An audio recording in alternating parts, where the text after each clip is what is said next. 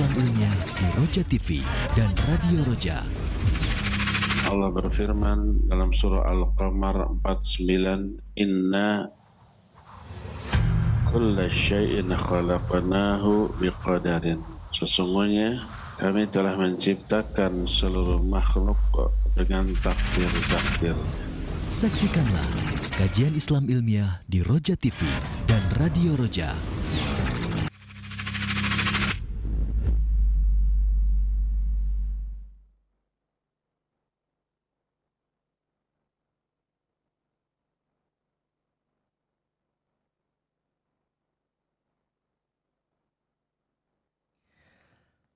Assalamualaikum warahmatullahi wabarakatuh.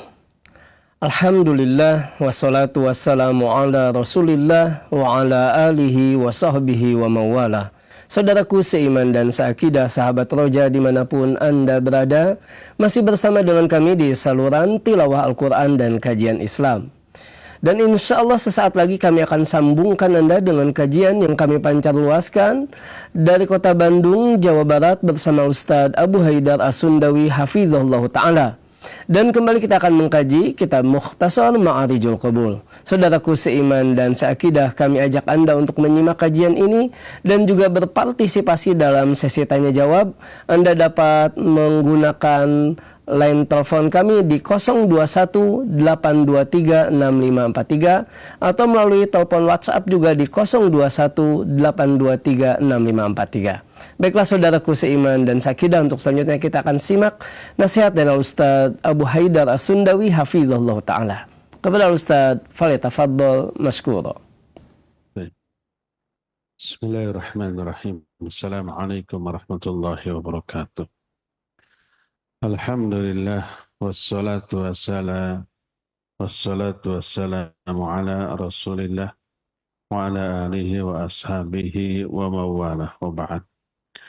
Hadirin jamaah Masjid Agung Al-Ukhwah Bandung yang Allah muliakan, para pendengar radio Tarbiyah Sunnah Bandung, pendengar radio Roja di beberapa kota, dan radio-radio lain yang ikut gabung, pemirsa Roja TV dan TV-TV lain, serta para netizen.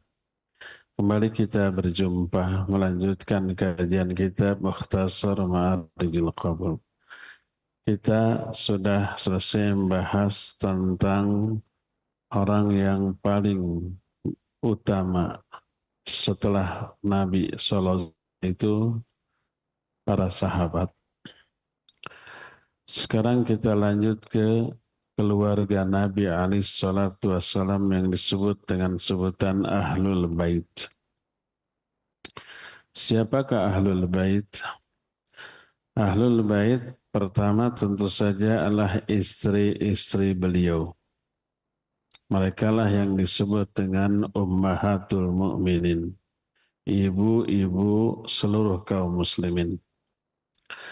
Mereka istri Nabi SAW dunia sampai akhirat. Di antaranya Khadijah, Aisyah, Ummu Salamah, Zainab, Safiyah binti Hay, Juwairiyah binti Al-Harith, kemudian Saudah binti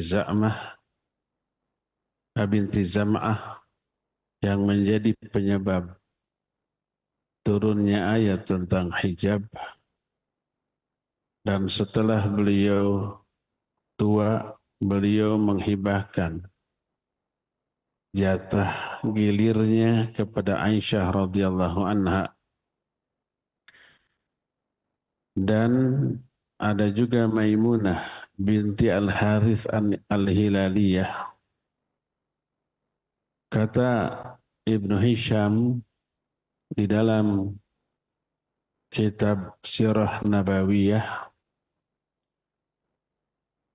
kunna tis'an, para istri Nabi itu di waktu yang bersamaan ada 9.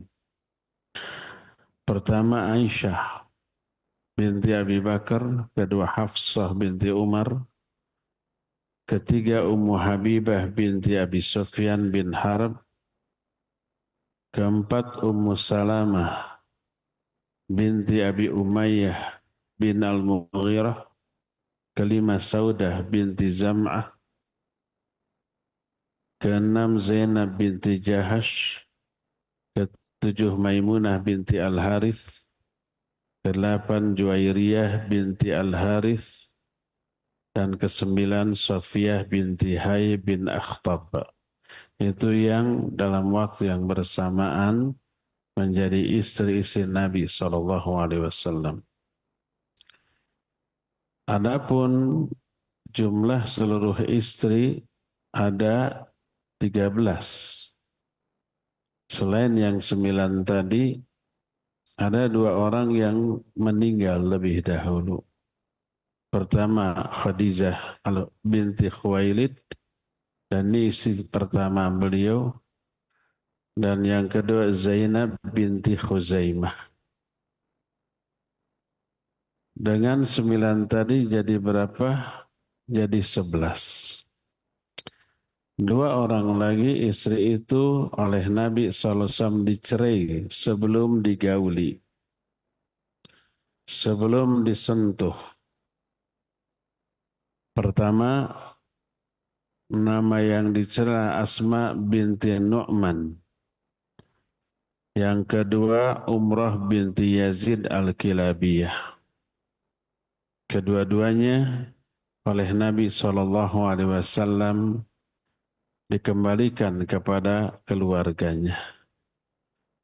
Itulah 13 wanita yang pernah dinikahi dan 2 diantaranya diceraikan. Adapun penyebab diceraikannya sebelum digauli, yang pertama diriwayatkan oleh Imam Bukhari karena dia seorang wanita yang kaya raya, dianggap ratu atau anak atau putri kepala suku. Ketika oleh Nabi SAW dilamar, dia menyatakan, layakkah seorang ratu menjadi istri yang bukan seorang raja?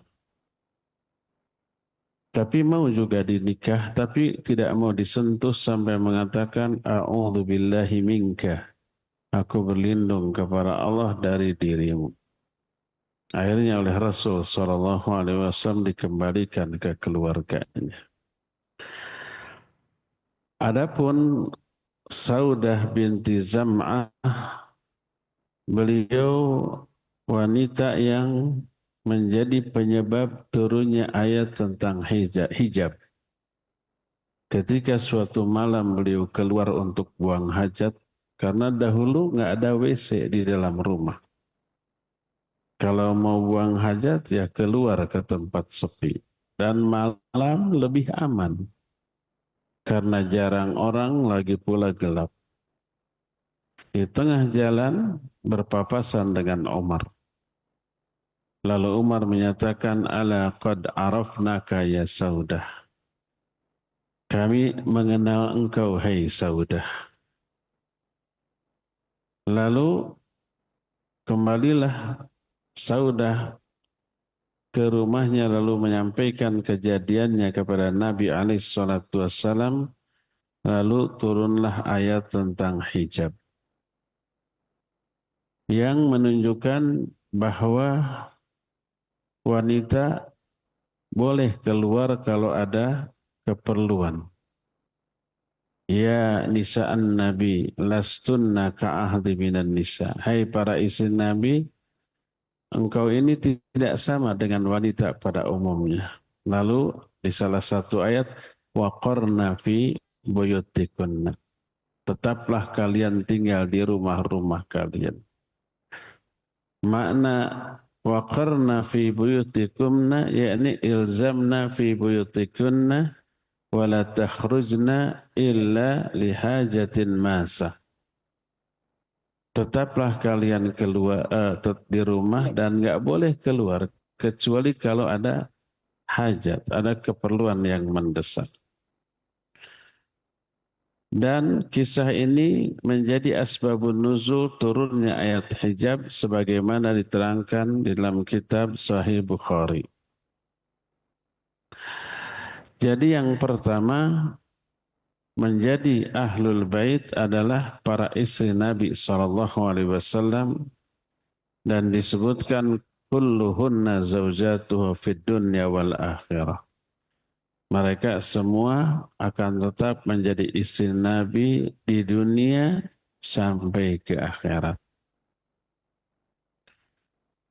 Kedua, yang menjadi ahlul bait adalah orang-orang yang pernah diselimuti oleh Nabi SAW dengan sebuah selendang besar. Sebagaimana dalam kitab Sahih Muslim, dari Aisyah radhiyallahu anha, kata Aisyah, kharajan Nabi sallallahu alaihi wasallam ghudatan wa alaihi miratun murahhil min sya'ri aswad. Nabi sallallahu alaihi wasallam suatu pagi keluar dengan memakai selimut. Selimut ini ada gambar-gambar berupa pelana unta. Datanglah Hasan bin Ali. Lalu Hasan ini dimasukkan ke dalam pelukannya, dikeselimuti oleh selendang tadi. Datang lagi Husain, masuk. Datang Fatimah, masuk. Datang Ali. Berempat. Ali, Fatimah, Hasan, dan Husain. Lalu Nabi SAW membacakan Al-Quran surah Al-Ahzab 33. Innama yuridullahu liyadhhaba ankum rizza ahlal bait wa yutahhiratkum tathhira.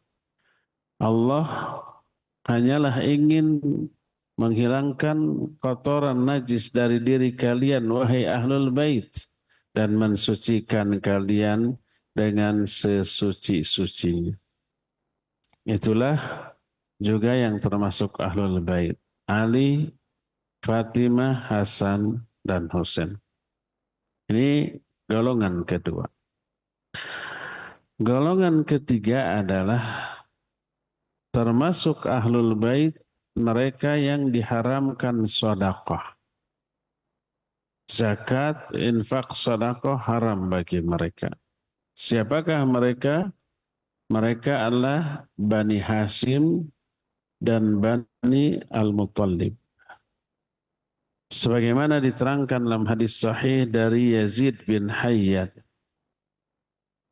Dia berkata, intalaqtu ana wa Husain bin Sabarah wa Amr bin Muslim ila Zaid bin Arqam. Wa fihi faqala lahu Husain wa man ahlu baitihi ya Zaid? Alaysa nisa'uhu min ahli baitihi? Qal nisa'uhu min ahli baitihi. Walakin ahlu baitihi man hurimas sadaqatu ba'dah. Qal wa man hum? Qal hum alu Ali wa alu Uqail wa alu Ja'far wa alu Abbas. Kata Yazid, aku dengan Husain bin Sabrah dan Umar bin Muslim berangkat menemui Zaid bin Arqam. Lalu Husain ini bertanya kepada Zaid bin Arqam, siapakah ahlul bait Nabi wahai Zaid? Bukankah para istrinya termasuk ahlul bait? Dijawab, ya, para istrinya adalah ahlul bait. Selain itu, yang masuk ahlul bait adalah orang-orang yang diharamkan makan sedekah atas dirinya. Ditanya, siapa mereka? Mereka adalah keluarga Ali, keluarga Uqail, keluarga Ja'far, dan keluarga Abbas bin Abdul Muttalib. Semuanya itu ahlul bait dan turunan-turunannya. Makanya kalau sekarang ada orang yang ngaku-ngaku turunan Nabi SAW, hati-hati, nggak boleh makan zakat, infak, sedekah. Haram bagi mereka. Itulah sekilas penjelasan tentang siapakah Ahlul Bait Nabi alaihissalatu wassalam. Selain itu bukanlah Ahlul Bait. Jadi ada 3 golongan yang masuk ke Ahlul Bait. Pertama para istri beliau dan anak turunnya tidak ada karena Nabi SAW tidak memiliki anak dari istri-istrinya. Kecuali dari Khadijah, itu pun seluruh anak-anaknya wafat ketika Nabi masih hidup, kecuali Fatimah. Kalau Fatimah setelah Nabi wafat masih hidup 6 bulan lagi. Dan dari Fatimah lahir Hasan dan Husain terus beserta keturunannya. Orang yang ngaku keturunan Nabi SAW pasti dari Hasan dan Husain ini. Sebab tidak ada yang lain dan ini adalah turunan Ali bin Abi Thalib, ya mereka lah Ahlul Bait.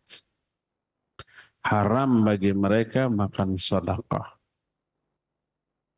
Jadi para istri Nabi, ya itu Ahlul Bait. Keluarga Ali termasuk Fatimah, Hasan, Husain itu Ahlul Bait.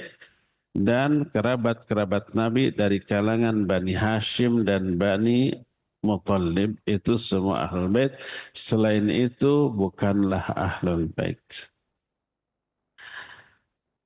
Kemarin beberapa pertemuan yang lalu kita sudah membahas banyaknya fitnah yang terjadi. Termasuk terjadinya peperangan antara para sahabat sampai menimbulkan korban jiwa yang sangat banyak.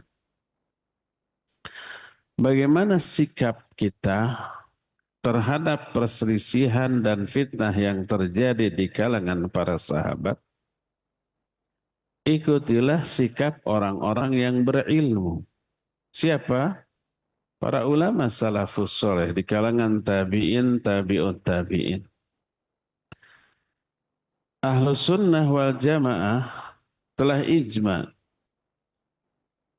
bahwa wajib kita sukut, berdiam diri tentang fitnah yang terjadi di kalangan para sahabat setelah terbunuhnya Utsman bin Affan dan beristirja terhadap musibah yang menimpa umat ini.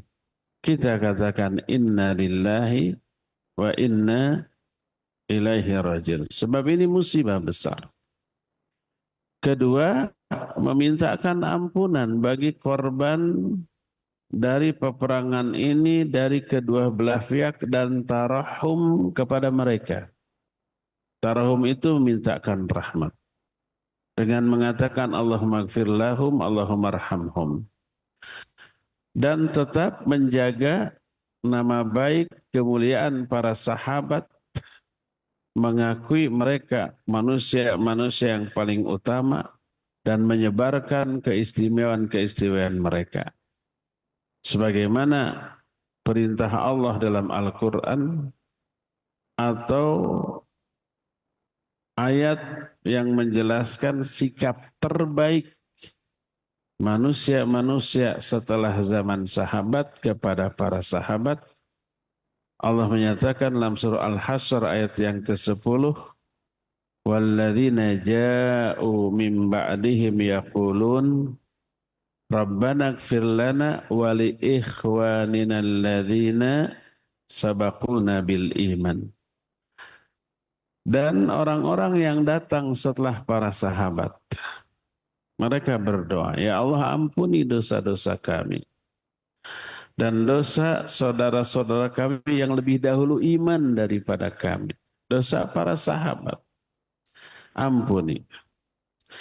Dan meyakini masing-masing pihak yang berselisih dari kalangan sahabat, mereka semuanya mujtahid yang berijtihad berdasarkan ilmunya, bukan berdasarkan hawa nafsu, bukan kepentingan dunia.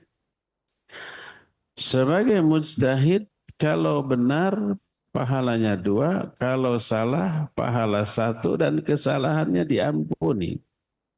Nabi SAW menyatakan, idza ijtahadal hakim fa asaba falahu ajrun, fa idza akhta'a falahu ajrun wahid. Kalau hakim berijtihad, kalau ijtihadnya itu benar, dia dapat 2 pahala.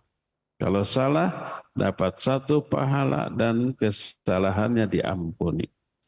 Seluruh sahabat mujtahid, mereka berijtihad merespon peristiwa yang terjadi. Mereka menganalisa dengan ilmunya masing-masing, lalu bersikap dengan hasil ijtihadnya. Kita tidak boleh mengatakan bahwa para sahabat itu maksum, nggak ada yang salah, nggak ada yang maksum selain Nabi SAW. Tapi mereka mujtahid yang bisa benar, bisa salah. Tidak menyengaja berbuat salah untuk menyelisihi nas. Tidak ada. Dan adapun beberapa riwayat yang menceritakan bahwa para sahabat itu rakus kepada dunia, punya ambisi besar terhadap kekuasaan, itu mungkin kedustaan yang dibikin-bikin, analisa orang yang hasad dan dengki dari kalangan generasi berikutnya, ditambah, dikurang, atau dirubah dari makna yang sebenarnya. Berkata Syekhul Islam Ibn Taimiyah ketika menjelaskan beberapa poin akidah Ahlus Sunnah wal Jamaah. Kata beliau, wahum ma'adzalik la ya'taqiduna anna kulla wahidi minas sahabah ma'sumun an kabairil ithmi wa saghairihi. Bal yajuzu alaihim dhunub fil jumlah. Walahum minas sawabiq wal fadail ma yujibu magfirata ma yasdur minhum in sadara. Hatta innahum yugfaru lahum minas sayiat ma la yugfaru lahum liman ba'dahum. Mereka, para ahli sunnah wal jamaah, tidak meyakini bahwa para sahabat itu maksum, tidak. Baik dari dosa besar, apalagi dari dosa kecil. Bahkan sangat mungkin mereka melakukan dosa termasuk dosa besar. Ada sahabat yang melakukan dosa besar, ada. Contohnya siapa? Uthman bin Affan radhiyallahu anhu. Yaitu lari dari medan perang. Dan ini dosa besar. Tapi kemudian beliau sudah tobat. Dan tobatnya diterima oleh Allah Azza wa Jalla. Tapi walaupun berdosa besar, para sahabat memiliki banyak keutamaan yang menyebabkan dosa-dosanya terhapus.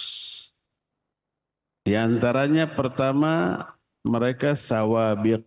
As-sabiqun al-awwalun. Mereka para senior dalam keislaman. Orang-orang yang pertama-tama masuk Islam. Dari kalangan Muhajir dan Ansar, dan itu keutamaannya tidak bisa ditandingi oleh generasi berikutnya. Kemudian mereka itu dapat ampunan, yang ampunan ini tidak didapat oleh siapapun selain mereka. Kita sudah jelaskan di pertemuan kemarin, para pahlawan Badar oleh Allah dikatakan i'malu masyi'tum qad ghafartu lakum. Lakukan apa sekehendak kalian, aku telah mengampuni dosa kalian. Orang yang berbaiat di bawah pohon baiatur ridwan dijamin surga, dijamin semua dosanya diampuni. Sampai Nabi SAW menyatakan tak ada satupun yang masuk neraka orang-orang yang berbaiat di bawah pohon yang disebut dengan baiatur ridwan. Nabi SAW pun pernah menyatakan bahwa mereka itu khairul qurun, khairun nas qarni. Sebaik-baik manusia adalah manusia yang segenerasi dengan aku. Terus disebutkan seandainya mereka bersodakoh dengan 1 mud dari gandum atau setengahnya, pahala mereka itu dengan sodakoh dengan gandum 1 mud atau setengah mud tak akan bisa disamai oleh pahala orang-orang setelah mereka, sekalipun infak dengan emas sebesar gunung Uhud. Ini sudah kita jelaskan juga. Lalu kalau ada kesalahan dari mereka, maka mungkin pertama mereka tobat dari kesalahan itu. Seperti Ka'ab bin Malik dengan 2 orang sahabatnya tidak ikut perang Tabuk tanpa alasan. Itu dosa besar. Karena perang Tabuk fardu ain saat itu. Kecuali orang-orang yang ditugaskan untuk tinggal di Madinah. Atau ada yang punya uzur. Ini 3 orang sahabat ini tidak ada uzur. Nggak ikut. Sepulang perang Tabuk, orang-orang munafik datang mengemukakan alasan. Adapun 3 orang ini bilang, kalau saya mau bikin alasan, saya jagonya bikin alasan. Mereka ngaku terus terang tidak punya alasan. Ngaku. Tobat sampai dihajar. Hajar bahasa Arab bukan bahasa Indonesia, diajar. Dihajar itu didiamkan, nggak ditanya, nggak diajak bicara. Salamnya pun tak dijawab. Dan itu diberlakukan semua orang, nggak boleh. Nggak boleh ngobrol, nggak boleh nanya, nggak boleh menjawab salam orang ini. Sampai nangis, mereka menyesal 40 hari, 40 malam. Keluarganya, sahabat-sahabatnya nggak ada yang mau ngomong. Salamnya pun tidak dijawab. Setelah 40 hari tambah parah. Nabi SAW menyuruh istrinya pulang ke rumah orang tuanya masing-masing. Istri 3 sahabat ini. Dengan tidak niat menceraikan, suruh pulang sampai Allah menurunkan ketetapan. Sampai 10 hari, genaplah 50 hari. Mereka tobatnya luar biasa, nangis dan seterusnya. Setelah 50 hari turun ayat yang menjelaskan diterimanya tobat mereka. Baru istrinya kembali, baru para sahabat merangkul lagi. Kembali seperti sedia kala. Mereka tobat, menghapus dosa-dosanya, atau mereka punya banyak kebaikan yang menghapus dosa-dosanya karena Allah menyatakan innal hasanati yudhibnas sayyiat. Kebaikan-kebaikan itu bisa menghapus dosa-dosa. Atau mereka terhapus dosanya dengan senioritas mereka dalam keislaman. Atau mereka akan mendapat syafaat Nabi sallallahu alaihi wasallam li'annahum ahaqqun nas bi syafaatin Nabi sallallahu alaihi wasallam. Karena para sahabat itu adalah manusia yang paling berhak memperoleh syafaat Nabi sallallahu alaihi wasallam, atau mereka ditimpa penderitaan di dunia yang menyebabkan mereka itu terhapus dosa-dosanya. Sering kita katakan, penghapus dosa itu bukan hanya istighfar dan taubat, enggak. Musibah menghapus dosa. Semua kebaikan yang kita lakukan menghapus dosa, infak dan sedekah menghapus dosa. Bahkan ada dosa yang terhapus karena syafaat. Orang tua ke anak-anak ke orang tua, guru ke murid, murid ke guru. Atau seorang muslim dengan sesamanya yang tidak ada kaitan kekerabatan, tidak ada kaitan guru dengan murid. Bahkan terakhir seseorang bisa diampuni dosanya karena rahmat Allah Subhanahu wa taala. Ini berlaku bagi semua orang, apalagi bagi para sahabat radhiyallahu anhum ajmain. Kalau para sahabat memperoleh penghapusan dosa karena hal-hal tadi bila mereka salah, apalagi dalam kasus peperangan yang terjadi di kalangan mereka itu disebabkan karena ijtihad. Nanti kita terangkan bagaimana ijtihadnya. Seorang mujtahid dan mereka semua mujtahid. Kalau benar dapat 2 pahala, kalau salah dapat 1 pahala dan kesalahannya itu terampuni. Terlebih selain mereka mujtahid yang bila salah diampuni dan dapat 1 pahala, mereka punya banyak amal keutamaan yang menyebabkan mereka itu terhapus dosanya. Berkata Al-Qadhi Iyad ketika menjelaskan keutamaan-keutamaan para sahabat serta bagaimana fitnah yang terjadi di kalangan para sahabat.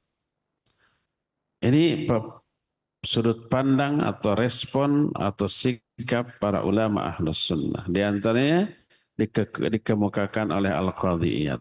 Kata beliau, wa ammal hurub allati jarrat fakanat likulli ta'ifatin syubhatun i'taqadat taswiban nafsiha bisababiha wa kulluhum udul radhiyallahu anhum muta'awwiluna fi hurubihim wa ghairiha wa lam yakhruj syai'un min dzalika ahadan minhum anil adalah li'annahum mujtahidun ikhtalafu fi masaila min mahalil ijtihad kama yakhtaliful mujtahiduna ba'dahum fi masail min ad-dima wa ghairiha wa la yalzamu min dzalika naqsu ahadi minhum. Kata Al-Qadhi Iyad, adapun peperangan yang terjadi di kalangan para sahabat, masing-masing sahabat itu memiliki informasi yang samar tentang kasus yang dihadapi. Karena apa? Karena berseliwerannya informasi yang masuk terlebih dari orang munafik, dari orang kafir Yahudi dan Nasrani yang memang ingin memecah belah, berseliweran. Ada yang hoax, ada yang benar dan seterusnya. Itu mereka harus menyaring. Lalu mereka mengumpulkan informasi, disaring dan mengambil kesimpulan sebagai sebuah proses ijtihad. Mereka semua mujtahid dan adil, lalu mereka mentakwil dengan seluruh informasi yang didapatkan, lalu mereka berpihak kepada salah satu. Jadi bagi apapun sikap mereka kepada pihak manapun mereka berpihak, tidak mengeluarkan mereka dari sifat adilnya. Mereka mujtahid, ikhtilaf dalam satu masalah yang memang ranah ijtihad, lalu berbeda pendapat. Sama dengan ijtihad dalam masalah fikih-fikih yang lainnya.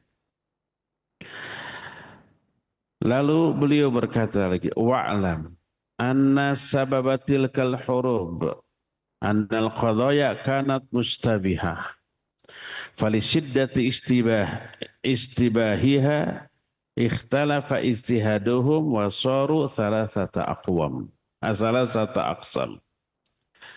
Ketahuilah sebab-sebab terjadinya peperangan adalah perkara yang sangat samar. Saking hebatnya kesamaran mereka, ijtihad mereka juga berbeda satu sama lain. Lalu mereka terbagi kepada 3 kelompok. Kelompok pertama, bahwa mereka itu pro ke Ali bin Abi Thalib. Apa dalilnya? Ali khalifah yang sah. Siapapun yang memerangi Ali, bugot. Bugot itu apa? Pemberontak. Dan pemberontak harus diperangi. fa in baghat ihdahuma 'alal ukhra faqatilul lati tabghi hatta tafi'a ila amrillah. Ini surah Al-Hujurat ayat yang ke-9.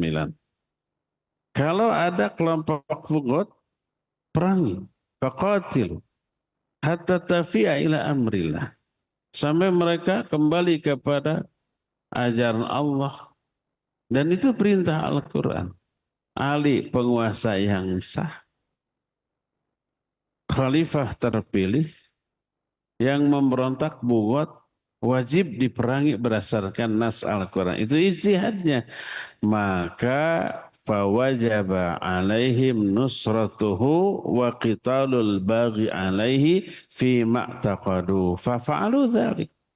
Wajib bagi mereka menolong, membantu Ali, memerangi kaum pemberontak menurut keyakinan mereka, dan mereka melakukan itu.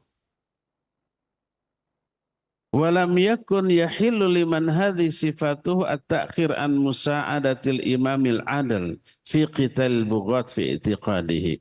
Tidak boleh, tidak halal menunda menolong imam dalam memerangi bughat menurut keyakinan mereka. Itu ijtihadnya. Kalau ini benar dapat 2 pahala. Kalau salah 1 pahala dan kesalahannya diampuni. Itu kelompok pertama. Kelompok kedua sebaliknya. Mereka juga ijtihad.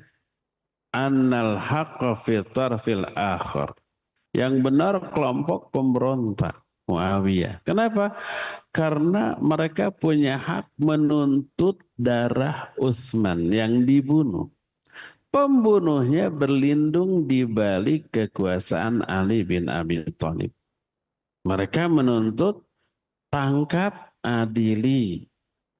Oleh Ali ada kesan menurut mereka dilindungi. Padahal bukan melindungi.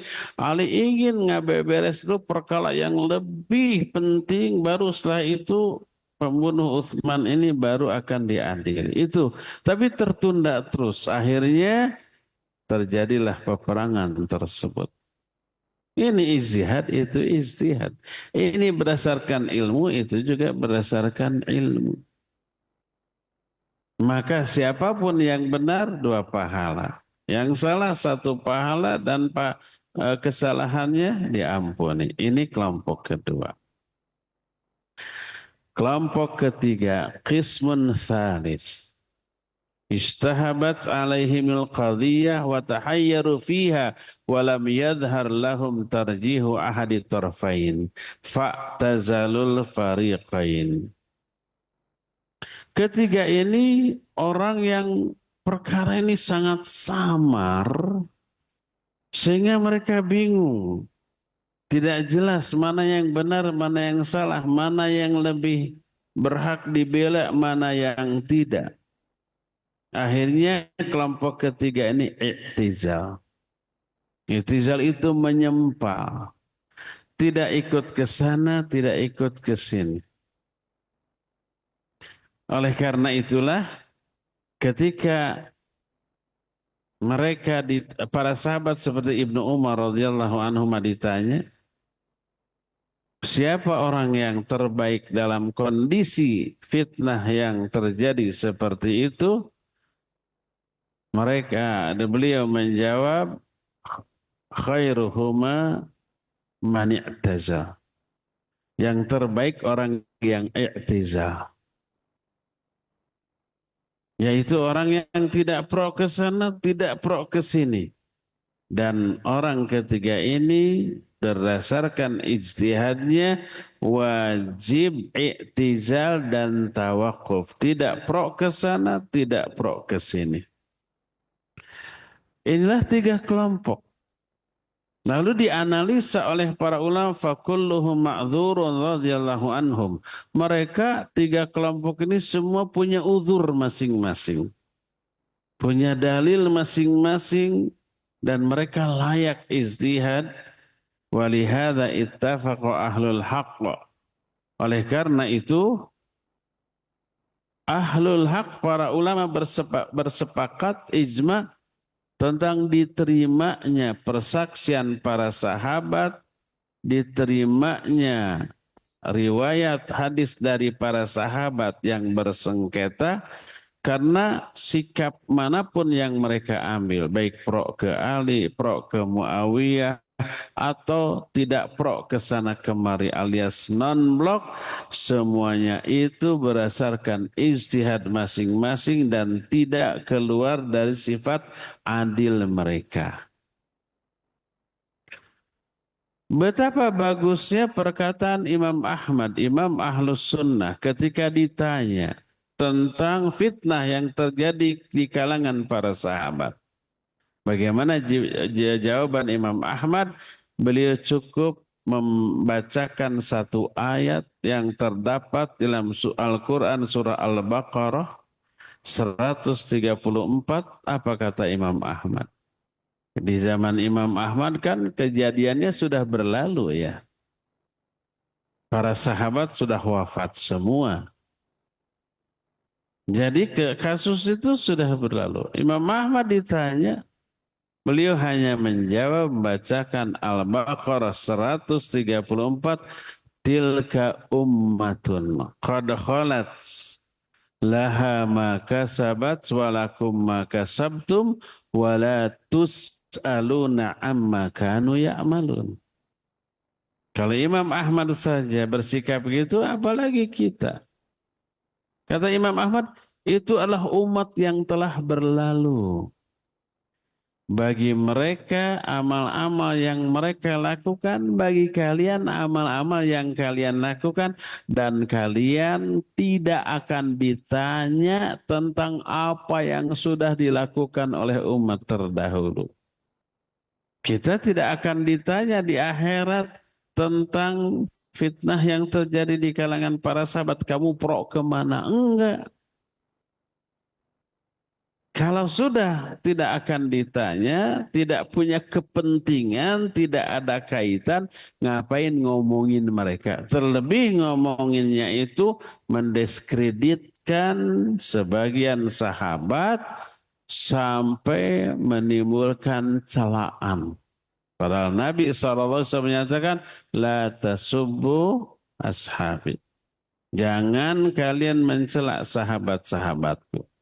Ali jelas sahabat Nabi yang sudah dijamin masuk surga. Muawiyah juga jelas sahabat Nabi yang juga sudah dijamin masuk surga. Sahabat-sahabat yang pro Ali, pro Muawiyah berperang, berbunuh-bunuhan. Di antara mereka juga banyak yang sudah dijamin masuk surga. Kalau sudah dijamin masuk surga, mereka tidak tercela di mata Allah dan Rasulnya. Lalu kita mencela hanya karena menurut kita mereka salah. Karena itulah maka nggak layak siapa kita, siapa mereka. Apalagi kita tidak tahu situasi yang terjadi saat itu, tidak mengalaminya. Kalau kita dalam situasi seperti itu pun dijamin jauh lebih bingung daripada mereka. Karena itulah kata Imam Ahmad, tilka ummatun qad khalat laha ma kasabat walakum ma kasabtum wala tus'aluna amma kanu ya'malun. Itu adalah umat yang telah berlalu. Bagi mereka amal yang mereka lakukan balasannya dari Allah. Bagi kalian akan diberikan balasan dengan amal kalian dan kalian tidak akan ditanya tentang amal-amal umat-umat terdahulu. Sekali lagi, apa yang terjadi di kalangan sahabat tidak akan ditanyakan kepada kita di alam kubur, di akhirat nanti.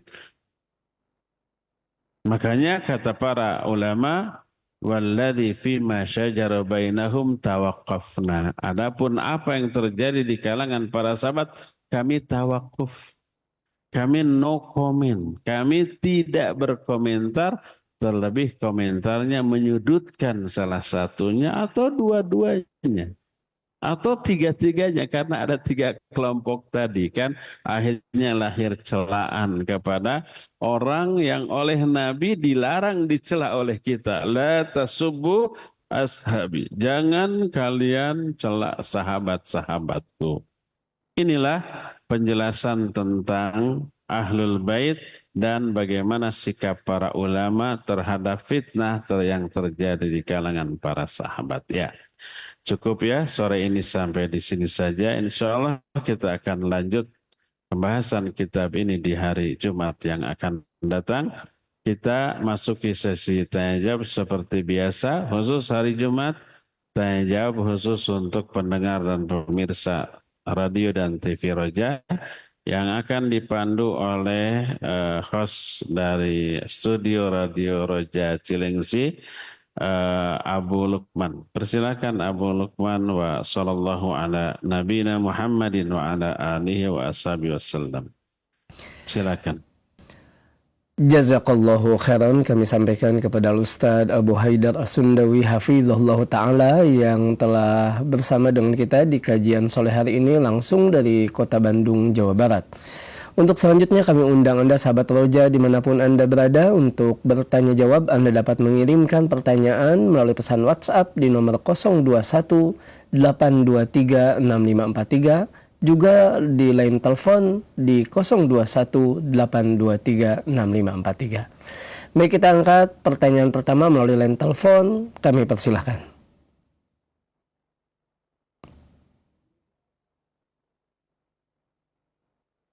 Iya, silakan. Assalamualaikum Ustaz. Waalaikumsalam warahmatullahi wabarakatuh. Dengan siapa di mana Ibu? Hamba Allah di Jakarta. Baik, silakan. Mohon bisa dikecilkan terlebih dahulu televisi atau radionya, Umu. Ini Ustaz, saya mau tanya, kalau ada orang sakit satu minggu 7 hari tidak sadar di bulan Ramadan, apa puasanya wajib diqodho? Terima kasih, jazakallahu khairan. Assalamualaikum warahmatullahi wabarakatuh. Waalaikumsalam warahmatullahi wabarakatuh. Tafadhol Ustaz. Iya. Kalau orang sakit tidak sadar, pingsan atau koma seminggu full di bulan Ramadan, apa wajib diqodho? Iya, wajib diqodho. Karena apa? Karena tidak saumnya itu karena ada uzur. Apa uzurnya? Sakit.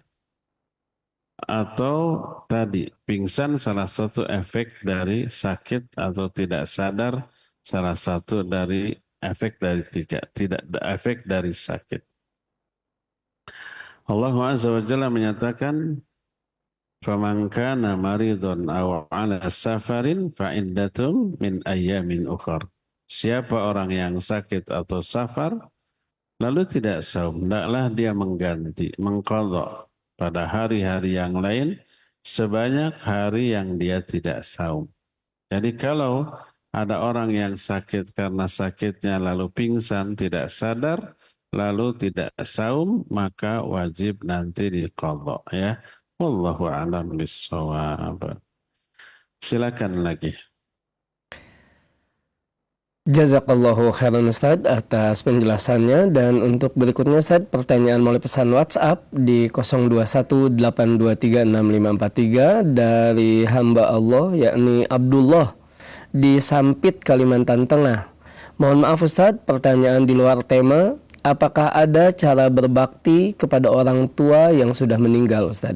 Mohon penjelasannya Ustaz. Iya, Abdullah di Sampit. Barakallahu fiik. Bagaimana cara berbakti kepada orang tua yang sudah meninggal? Pertama, jadilah anak soleh dan solihah. Itu cara terbaik untuk berbakti kepada kedua orang tua.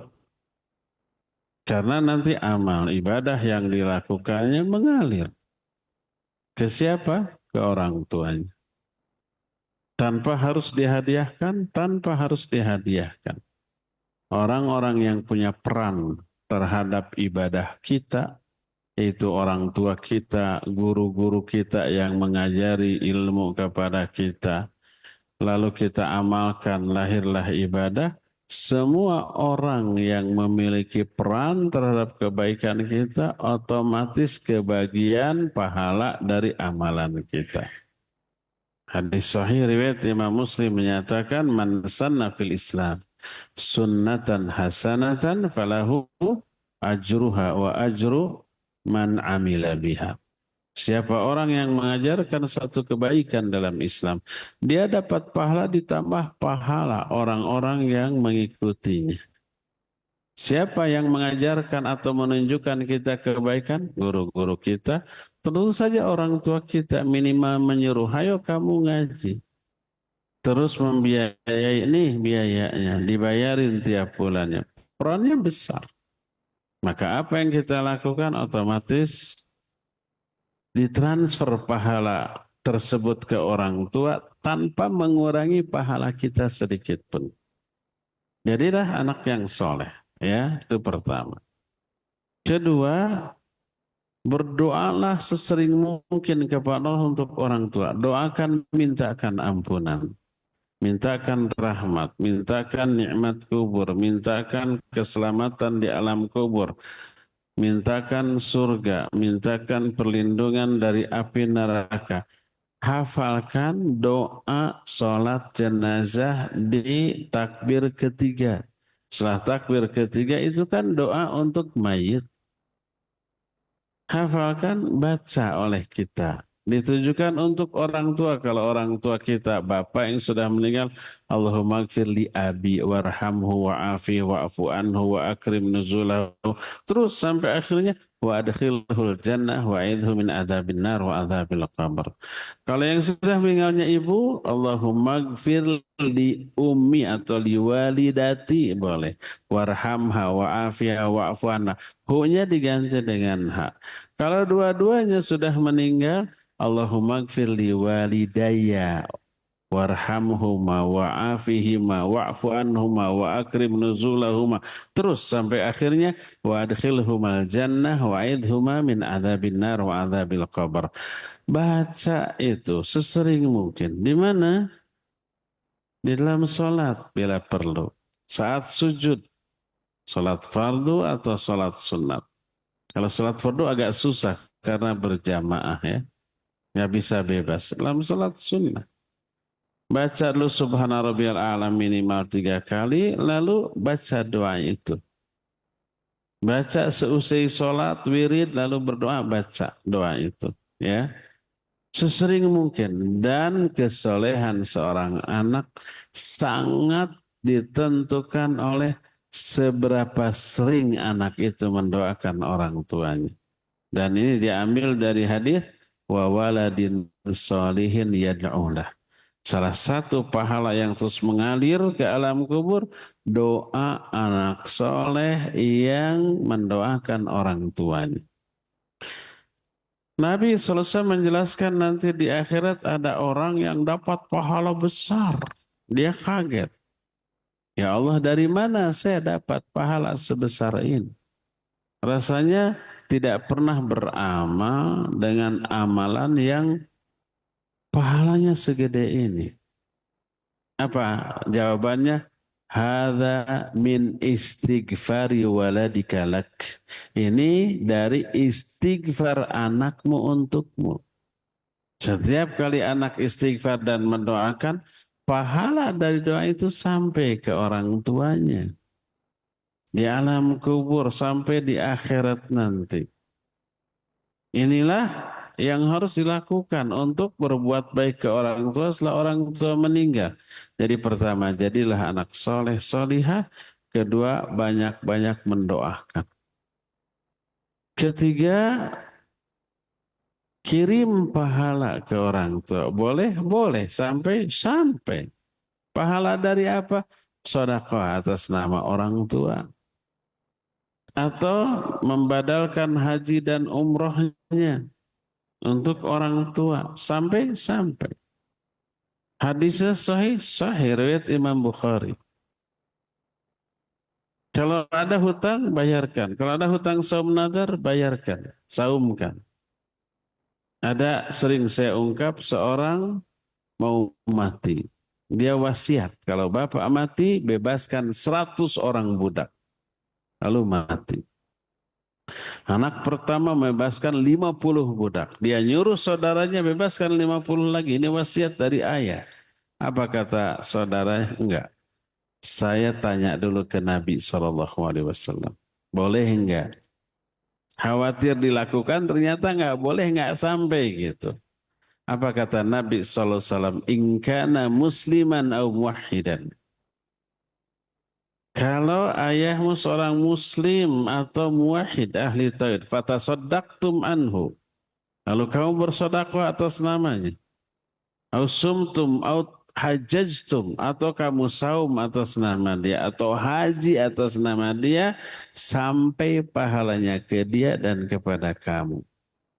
Dan ini tidak bertolak belakang dengan ayat wa alaisal insan illa ma sa'a. Seseorang hanya memperoleh balasan dari amalnya sendiri, dari hasil usahanya sendiri. Ini nggak bertolak belakang. Karena apa? Karena anak adalah hasil usaha setiap orang tua. Dikandung, dilahirkan, disusui, dididik, dibiayai segala macam. Lalu jadilah anak yang soleh solihah, itu hasil orang tua, hasil jerih payah orang tua, hasil kasab dari orang tua. Bahkan sebaik-baik hasil kasab orang tua adalah anak yang soleh. Silakan umrohkan, silakan hajikan. Banyak sodako, ini saya sodako atas nama orang tua saya. Insya Allah sampai, ya sampai insya Allah ya. Itulah cara berbuat baik dengan kepada orang tua yang sudah meninggal. Wallahu a'lam bishawab. Silakan lagi. Jazakallahu khairan Ustadz atas nasihatnya. Dan untuk berikutnya Ustadz, kembali kita angkat pertanyaan melalui pesan WhatsApp dari hamba Allah di Paciran, Lamongan, serta juga penanya lain di Sumatera Ustadz, terkait kriteria orang yang termasuk Ahlul Bait Ustadz. Apakah termasuk keturunan dari Bani Muthalib Ustadz, termasuk Abu Lahab? Mohon dijelaskan kembali Ustadz kriteria Ahlul Bait. Tafadhol Ustadz. Baik, barakallahu fiik. Bagaimana kalau ada yang hubungan darah dengan Nabi SAW tapi kafir? Contohnya siapa? Abu Lahab, juga Abu Thalib berdasarkan riwayat yang sahih. Sebab ada sebagian kaum muslimin yang tidak menerima Abu Thalib mati dalam keadaan musyrik. Pakai perasaan mereka. Bahkan ada yang tidak menerima orang tua Nabi SAW di neraka. Hadisnya tidak digubris. Pakai akal, pakai logika, pakai perasaan. Masa rahim yang melahirkan manusia terbaik di neraka? Pakai logika, pakai perasaan. Kalau pakai perasaan ya kita juga inginnya tidak ya. Tapi dalil, masalah gaib. Dan ini terjadi di kalangan para nabi. Ya, Nabi Nuh istrinya kafir, anaknya kafir. Nabi Lut istrinya kafir. Nabi Ibrahim orang tuanya tukang bikin patung sesembahan, kan gitu ya. Itu yang ada hubungan darah langsung, ya. Termasuk Nabi kita Muhammad SAW. Di antara penentang-penentang dakwah ada pamannya Abu Lahab yang oleh Allah divonis neraka. Tabbat yada Abi Lahabiu wa tab. Itu ada hubungan darah, ada pamannya ya. Termasuk Bani Muthalib ya. Apakah termasuk Ahlul Bait? Secara syar'i tidak, karena hubungan darah putus karena perbedaan akidah. Ketika anaknya Nabi Nuh tenggelam, Nabi Nuh menyatakan, wa min ahli, dia keluargaku. Apa kata wa laisa min ahlik, dia bukan lagi keluargamu. Walaupun anak kandungnya darah dagingnya sendiri, tapi kafir, ya sudah, bukan Ahlul Bait Nabi Nuh alaihissalatu wassalam. Demikian juga Nabi kita Muhammad SAW. Di antara orang yang sedarah atau ada hubungan darah, ada yang kafir. Ada yang tidak muslim seperti Abu Thalib, seperti juga Abu Lahab. Mereka termasuk Ahlul Bait? Tentu saja tidak secara syar'i, walaupun secara nasab masih ada hubungan kekerabatan. Jadi sudah dibatasi dengan dasar akidah atau keimanan. Kalau nggak ada iman di dalam hatinya, sudah putus hubungan. Ya, Allah berfirman dalam Al-Quran surah Al-Mujadilah 22. Ayat terakhir dari surah itu. Kata Allah, la tajidu qauman yu'minuna billahi wal yawmil akhir yuwadduna man hadallah walau kanu aba'ahum au abna'ahum au ikhwanahum au ashiratahum. Kamu tidak akan menemukan satu kaum yang beriman kepada Allah dan hari akhir menunjukkan kasih sayang dengan orang-orang yang menentang Allah dan Rasulnya, walaupun yang menentang itu bapak-bapaknya, anak-anaknya, saudara-saudaranya, atau kerabat terdekatnya. Putus hubungan sudah, ya. Jadi walaupun ada hubungan kekerabatan, hubungan darah, tapi kalau tidak ada iman, tidak ada akidah, putuslah hubungan ini dan tidak lagi termasuk ahlul bait. Wallahu a'lam. Silakan lagi. Jazakallahu khairan Ustaz atas penjelasannya, dan berikutnya kembali kita angkat pertanyaan oleh line telepon. Kami persilahkan. Iya, silakan. Halo. Iya, silakan Bapak. Assalamualaikum. Waalaikumsalam warahmatullahi wabarakatuh. Assalamualaikum. Dengan siapa di mana Bapak? Assalamualaikum. Halo. Dari Pak Eko Bengkulu. Baik, silakan Pak Eko. Ya, silakan. Dari Pak Eko Bengkulu. Iya, silakan. Silakan. Ini Ustaz, saya mau tanya, saya itu kan punya utang. Dan rencana dengan anak saya itu mau dibayar, tapi uangnya itu minjam dari bank.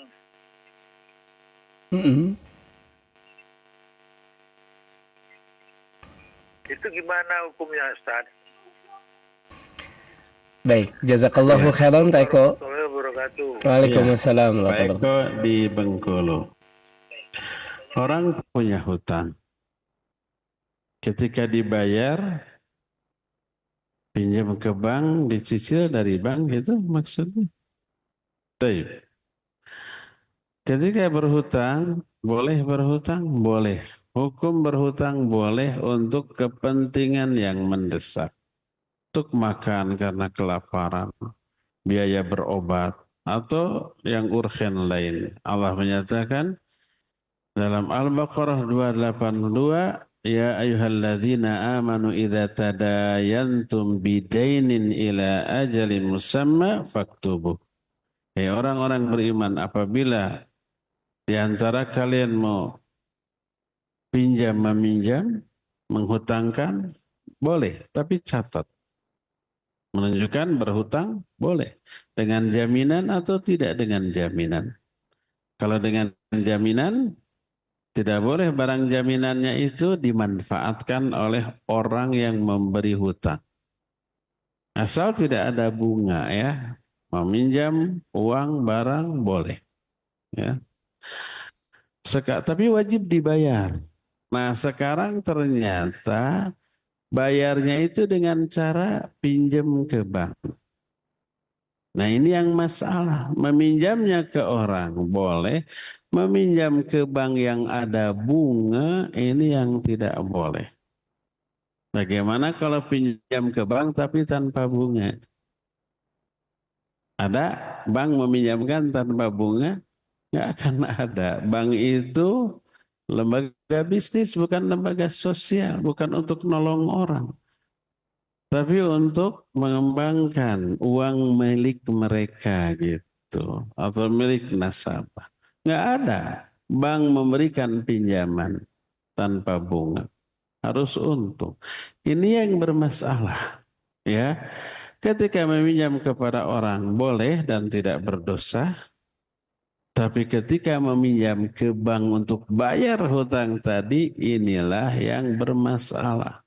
Inilah yang dosa karena melanggar ayat Allah Azza wa Jalla berupa larangan bertransaksi yang mengandung riba, mengandung bunga dari pinjam, baik yang meminjamkan atau yang pinjamnya. Dosanya sama. Akiluhu wa mu'kiluhu wa syahiduhu wa katibu kulluhum sawa. Yang memakan uang riba, yang memberi makan ribanya, yaitu yang meminjamnya, yang menyaksikannya, yang mencatatnya, semua dosanya sama.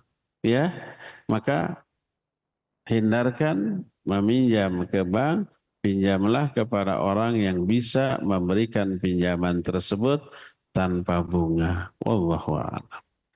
Terakhir ya, Adiar ya, silakan.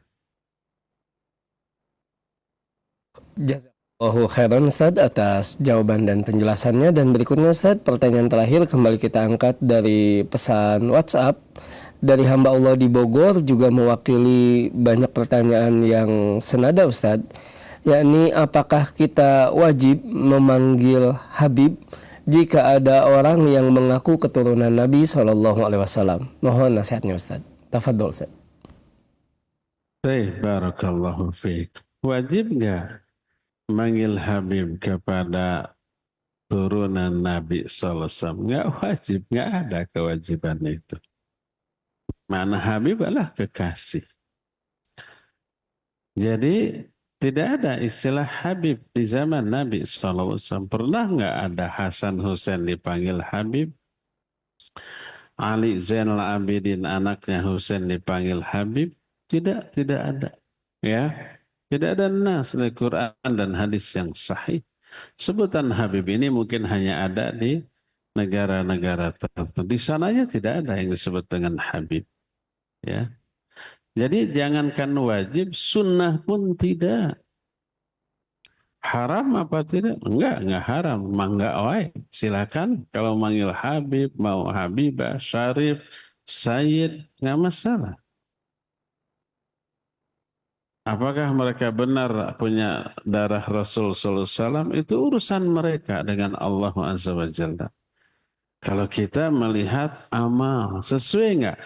Seorang turunan Nabi SAW itu harus orang yang paling memperhatikan sunnah Nabi SAW.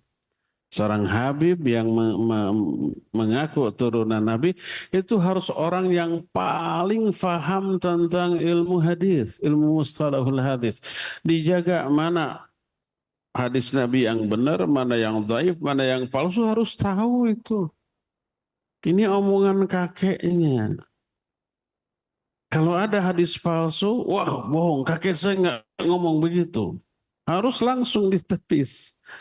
Bukan ngaku turunan Nabi, tapi nggak paham mustalahul hadis.